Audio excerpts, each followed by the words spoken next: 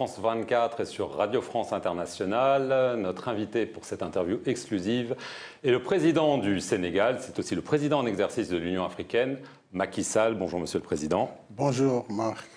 Avec moi pour cette interview, Christophe Boisbouvier de RFI. Monsieur le Président, bonjour. Bonjour Christophe.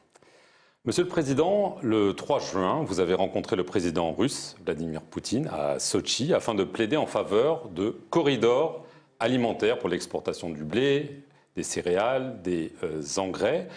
La question qui se pose, c'est en effet celle de la crainte de famine, de crise alimentaire. Mais est-ce qu'il n'y a pas d'autres sources d'approvisionnement possibles? Et est-ce que le secrétaire général de l'ONU, quand il parle d'un ouragan de famine, ne dramatise pas la situation? Alors, je voudrais dire que lorsque je me suis rendu à Sotchi, au nom de l'Afrique, c'est parce que nous vivons déjà cette pénurie des céréales sur le continent. Nous vivons aussi cette pénurie des engrais. Et vous savez que l'agriculture africaine est une agriculture peu productive du fait justement de la faible utilisation de l'engrais. Nous sommes en moyenne à 17 kg par hectare, au moment où en Europe on est à 100 kg d'engrais par hectare. Donc déjà, on avait une agriculture peu productive. Aujourd'hui, l'engrais, le prix est multiplié par 3 en Afrique. Nous disons donc qu'il fallait, quand j'ai été voir le président Poutine, je lui ai dit, j'avais 3 messages au nom de l'Afrique. Le premier message, c'est qu'il fallait tout faire pour aider à libérer les céréales d'Ukraine, à partir de la mer Noire par le port d'Odessa. Et que les gens souhaitent que la Russie ne crée pas de difficultés pour cette exportation. La deuxième demande, c'est que nous voulons également accéder aux céréales russes et surtout aux engrais. Donc tout ce qui est ammoniac, tout ce qui est également potasse ou urée. Et ce sont des éléments importants qui étaient achetés en Russie et aussi en Ukraine, surtout pour le blé. Et troisième demande, c'est que nous souhaitons la fin de la guerre, nous souhaitons une désescalade et pour cela, nous demandons d'engager des discussions avec l'Ukraine et avec les autres parties qui sont aussi parties prenantes aujourd'hui de ce conflit. Alors justement, Donc le secrétaire général n'exagère pas, c'est vraiment une réalité. Si les semences, si les engrais n'arrivent pas, alors que c'est l'hivernage dans la plupart des pays africains, ça veut dire qu'il n'y aura pas de récolte. Déjà, il y a des difficultés d'approvisionnement avec le blé. Et si en plus les céréales locales ne sont même pas produites, oui, on sera dans une situation de famine très sérieuse qui pourrait déstabiliser le continent. Alors justement, à l'issue de cette rencontre, il y avait aussi le président de la Commission de l'Union africaine, oui, le Tchadien Moussa Faki Mahamat. Vous avez dit « je suis rassuré ». Mais pour le moment, il n'y a aucune solution viable, ni par la mer Noire, ni par d'autres routes. Est-ce qu'une semaine après, vous n'avez pas l'impression que vous avez été trop optimiste? Non, pas du tout. Je suis rassuré, je demeure optimiste. Et je suis d'autant plus rassuré que ce qu'il m'a dit devant Moussa Faki, son ministre des Affaires étrangères, l'a rappelé avant-hier à Istanbul. La Russie s'engage si le déminage des eaux du port d'Odessa est assuré. Elle s'engage si les conditions de contrôle des bateaux sont faites, qu'elle ne posera aucun acte pour la sortie du blé ukrainien. Il s'est même engagé en disant si l'Ukraine veut utiliser d'autres ports, comme Mariupol ou d'autres, elle pouvait assurer les corridors de sécurité. Donc, jusqu'à preuve du contraire, je n'ai pas d'éléments me permettant de contredire cela. Alors, je pense qu'il faut maintenant travailler à ce que vraiment le déminage soit fait, que l'ONU s'implique, et toutes les parties prenantes, pour qu'on démarre à sortir le blé ukrainien. Alors, Vladimir Poutine vous dit être prêt, en effet, à laisser sortir, comme vous dites, les céréales et les engrais d'Ukraine, mais à une condition que les Occidentaux lèvent les sanctions contre la Russie. Non, non, pas du tout. Ça, ce n'est pas conditionné aux sanctions contre la Russie. Mais il vous l'a demandé quand même. Oui, non, ça c'est pour les produits russes. Mais pour les produits ukrainiens, il dit si le port est déminé et qu'il s'agit du transport de céréales, pas d'armes, évidemment, la Russie ne posera aucun acte. Je lui ai même dit, les Ukrainiens disent que s'ils déminent, vous rentrez dans le port. Donc, il dit non, il ne va pas rentrer, et ça, c'est un engagement qu'il a pris. Je pense que son ministre l'a répété. Donc, pour l'exportation des graines par la mer Noire, c'est une possibilité. par d'autres moyens, plus difficiles peut-être, mais il y a encore par le Danube ou par d'autres solutions. Mais est-ce que le président russe n'a pas demandé quand même une levée, au moins partielle, des sanctions contre la Russie? Est-ce que vous allez demander à Emmanuel Macron, que vous allez voir ce vendredi, à d'autres leaders occidentaux? Tout à fait. Absolument, non. Sur l'accès aux produits russes, nous sommes, nous, confrontés, nous, Africains, à la difficulté générée par les sanctions sur le système de paiement SWIFT. À partir du moment où nos banques sont liées aux banques européennes, pour la plupart, elles ne peuvent pas payer comme elles le faisaient traditionnellement. Alors que quand il s'agit de Chinois ou d'autres pays, la Russie continue à commercer, même avec les États-Unis sur les engrais, même avec l'Europe sur le gaz. Mais nous, on ne peut pas du fait du système de paiement. Donc c'est pourquoi je dis, on n'accuse pas l'Europe d'avoir mis des sanctions sur les céréales, mais les sanctions sur le SWIFT et sur certains oligarques qui sont des producteurs de céréales et des producteurs d'engrais font que les banques ne veulent pas travailler avec eux. Et du coup, on a d'une part la guerre qui a créé cette situation et d'autre part les effets des sanctions qui font que de toutes les façons, on a des difficultés d'approvisionnement. Il nous faut simplement, avec nos partenaires européens, trouver un moyen, en tout cas, de lever cette difficulté pour réguler le marché et assurer un approvisionnement correct en céréales, mais surtout, encore une fois, en fertilisants. Pendant cette rencontre de Sotchi, vous avez rappelé à votre homologue russe que la majorité des pays africains, dont le Sénégal, avaient évité de condamner la Russie aux Nations Unies. Vous avez même ajouté, malgré d'énormes pressions, on imagine peut-être Emmanuel Macron dans la coulisse. Ça, c'est vous qui l'imaginez. Non, Emmanuel Macron n'a posé aucune pression, en tout cas sur le Sénégal. Je le dis très, très honnêtement. Est-ce que vous ne craignez pas, Monsieur le Président, d'apparaître peut-être comme le complice d'un pays qui a attaqué son voisin et qui est accusé de crimes de guerre et de chantage alimentaire? Et qu'est-ce qui ferait de moi un complice? D'avoir été en Russie ou d'avoir parlé? Non, de n'avoir pas voté? Ce vote à l'ONU. Mais ce vote, en quoi il fait de moi un complice? Cette abstention, plus exactement. L'abstention, c'est un vote. Ça veut dire que je ne vote ni pour ni contre. C'est une position. Dans un vote, vous avez oui, non ou abstention. Il ne faut pas aller vite en besogne sur les intentions de vote, sur les positions de vote des États. Nous avons des opinions également dont il faut tenir compte. Et sur la Russie, par exemple, au Conseil des droits de l'homme, nous avons voté oui pour la création d'une commission d'enquête. À Genève. Oui. Donc, parfois, ça dépend du vote. Il y a des votes où nous votons oui, si ça nous paraît conséquent et cohérent. Quand ça ne nous paraît pas cohérent ou quand nous ne voulons pas prendre position, nous nous abstenons. Donc, ça n'a rien à voir avec un alignement en faveur de la Russie ou pas. Alors, ça n'a rien à voir. Est-ce qu'on peut vous demander, d'un point de vue moral peut-être, est-ce que pour vous, dans cette guerre, il y a un agresseur et un agressé? Si vous regardez mes tweets 2 jours après l'intervention russe, je vous entendre. Non, je l'ai fait, donc c'est public. Ce que je dis là, c'est public. J'ai fait un communiqué avec le président de la Commission de l'Union africaine, Moussa Faki, un communiqué conjoint pour condamner l'intervention et exiger le respect de la souveraineté de l'Ukraine. Cela ne veut pas dire que je ne dois pas parler à la Russie lorsque je considère que le marché est bloqué parce que d'une part, un des grands fournisseurs qui est l'Ukraine n'arrive plus à exporter.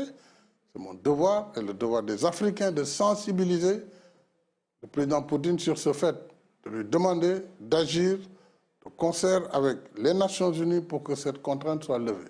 C'est aussi notre devoir d'attirer l'attention de ceux qui ont posé les sanctions, qu'il y a des conséquences de ces sanctions qui réellement ne nous permettent pas aujourd'hui d'accéder aux approvisionnements sur des produits essentiels comme les céréales et les engrais. Alors, à votre retour de Sotchi, vous avez dit le week-end dernier à Accra que vous alliez aller à Kiev pour rencontrer le président Volodymyr Zelensky. On sait que ça devait se faire il y a un moment, ça ne s'est pas fait. Est-ce que vous êtes toujours le bienvenu à Kiev, Monsieur le Président? D'abord, je n'ai jamais été invité à Kiev. Donc, vous avez indiqué votre volonté d'y aller. Oui, moi j'ai la volonté parce que je voulais me mettre dans une position aussi de neutralité. Mais l'Ukraine nous a demandé de communiquer avec l'Union africaine. J'ai transmis cette demande du président Zelensky. Le bureau élargi de l'Union africaine a accepté cette demande, tout comme elle m'a chargé d'aller voir le président Poutine pour donner les positions de l'Afrique et réclamer ce que je viens de dire. Donc, nous allons organiser le plus rapidement possible cet entretien entre le président Zelensky et les leaders africains. Et après ça, s'il s'avère qu'il nous invite, nous irons à Kiev avec plaisir, comme je l'ai fait pour Sochi. Au Sénégal, Monsieur le Président, l'opposition Yewwi Askanoui a manifesté pacifiquement hier dans les rues de Dakar, mais a menacé de tout faire pour empêcher la tenue des législatives du 31 juillet si ses leaders, et notamment Ousmane Sonko, sont exclus du scrutin. Alors, si une solution n'est pas trouvée pour la liste nationale de l'opposition qui est actuellement invalidée, est-ce que vous ne craignez pas un embrasement de la rue comme cela s'est passé à Dakar en mars 2021? Il faut éviter de prendre mars 2021 comme une référence absolue. L'élection législative est organisée par un code électoral et un système électoral qui existe au Sénégal, qui fait la fierté du Sénégal. Si on est un pays stable, justement, ce n'est pas le fait d'un hasard. Ce n'est pas la première fois qu'on organise des élections. Nous avons un système électoral qui est le produit de concertation, de consolidation, dont le dernier est ce code qui vient d'être enregistré, qui a fait l'objet de discussions pendant 16 mois et qui a abouti à ce qui a permis d'aller vers cette élection législative. Mais nous avons un code avec ses exigences. Par exemple, la loi sur la parité, le Sénégal ne peut pas revenir en arrière. Une liste qui n'est pas paritaire, elle n'est pas recevable. Un point, un trait. Ça, c'est la loi. Si vous faites une liste qui ne respecte pas ce que dit la loi, elle est éliminée, tout simplement. Nous, on nous a éliminé notre liste de suppléants nationaux parce que simplement, il y a eu une erreur de juxtaposition. Elle était paritaire. Mais c'est la loi, elle est dure, mais c'est la loi. Maintenant, les menaces sur la non-organisation des élections, ça c'est devant nous. De toute façon, le pays va faire ses élections. Il va faire ses élections. Le Conseil constitutionnel a décidé. Et nous nous sommes soumis. Il y a 15 jours, la liste Yewwi de Dakar n'était pas recevable. Et le Conseil a fait une interprétation et a dit qu'il faut que le ministre de l'Intérieur les accepte. Le ministre s'est incliné, il a reçu les corrections. Et aujourd'hui, leur liste à Dakar, elle va compétir parce que c'est la décision qui s'impose à tout le monde. Alors pourquoi, lorsqu'il s'agit de l'opposition, quand il y a une décision qui est défavorable, on va appeler à la fin du monde? Ce n'est pas comme ça qu'on respecte la démocratie. Oui, mais il peut y avoir des blocages. Oui, mais s'il y a des blocages, s'il y a des difficultés, elles se géreront conformément aux lois et règlements du pays. Monsieur le Président, au Mali, la junte a décrété lundi dernier que la transition durerait 24 mois. Est-ce que ce n'est pas un affront à tous les chefs d'État de la CEDEAO, je vous vois sourire, oui, qui s'étaient réunis 2 jours avant à Accra pour tenter de trouver un compromis? Est-ce que finalement les militaires à Bamako ne se moquent pas de vous et ne vous mènent pas en bateau? Je ne pense pas qu'ils se moquent de nous. Bon, il y a des maladresses peut-être. Il y a aussi... C'est pas une maladresse, c'est un acte fort quand on dit 24 mois. La vérité, c'est que le médiateur a bien soumis ce projet à la conférence des chefs d'État. Projet de 24 mois, mais à compter du mois de mars 2021, avec des conditionnalités qui ont été posées. Et la conférence s'est saisie, on a discuté, une longue discussion, et finalement on a dit on ne va pas prendre une décision maintenant, on demande au médiateur, nous prenons acte de cette proposition, prenons acte, et nous demandons qu'il mette à profit le mois à venir pour remplir la feuille de route, qu'on ait très précisément les différents engagements et les échéances. En ce moment, le 3 juillet, nous pourrons valablement délibérer sur la levée ou pas des sanctions. Un compromis est encore possible. Donc. Oui, donc c'est ça. Évidemment, c'était maladroit après ça qu'ils publient, mais c'était le produit de leur accord avec le médiateur. C'est ça la vérité. Maintenant, on verra d'ici juillet si les conditions seront réunies pour que la CEDEAO lève les sanctions qui, quand même, impactent difficilement les populations maliennes. Une dernière question, Monsieur le Président, car le temps tourne. En Guinée, les militaires vont plus loin, puisqu'eux, ils veulent une transition de 3 ans, 36 mois. Des sanctions de la CEDEAO avaient été prévues en mars, puis encore le week-end dernier. Au final, il n'y a rien. Est-ce que ça veut dire que les militaires de Conakry n'ont rien à craindre de ce côté-là? Je crois qu'on le voit bien que pour Conakry, la transition considère que Conakry ayant un accès maritime, ayant sa propre monnaie, peut-être serait plus résiliente face aux sanctions de la CEDEAO. Mais je dis simplement qu'aucun de nos pays n'a intérêt à s'éloigner de son voisinage immédiat et de sa communauté. Mais il est clair qu'il nous faut revoir le système tel qu'il fonctionne, puisque la difficulté de la CEDEAO, la difficulté de l'Union africaine, c'est que, je ne dirais pas l'ingérence, mais l'entrée en force de pays qui disposent de capacités de neutralisation du travail du Conseil de sécurité à travers le veto, fait que ces pays, considérant qu'ils ont le soutien de ces puissances, eh bien, refusent de suivre ce que la CEDEAO leur dicte. Par le passé, on intervenait militairement. Si la CEDEAO continuait à le faire, peut-être qu'on n'en serait pas là. C'est une décision extrême. Elle n'est pas souhaitable.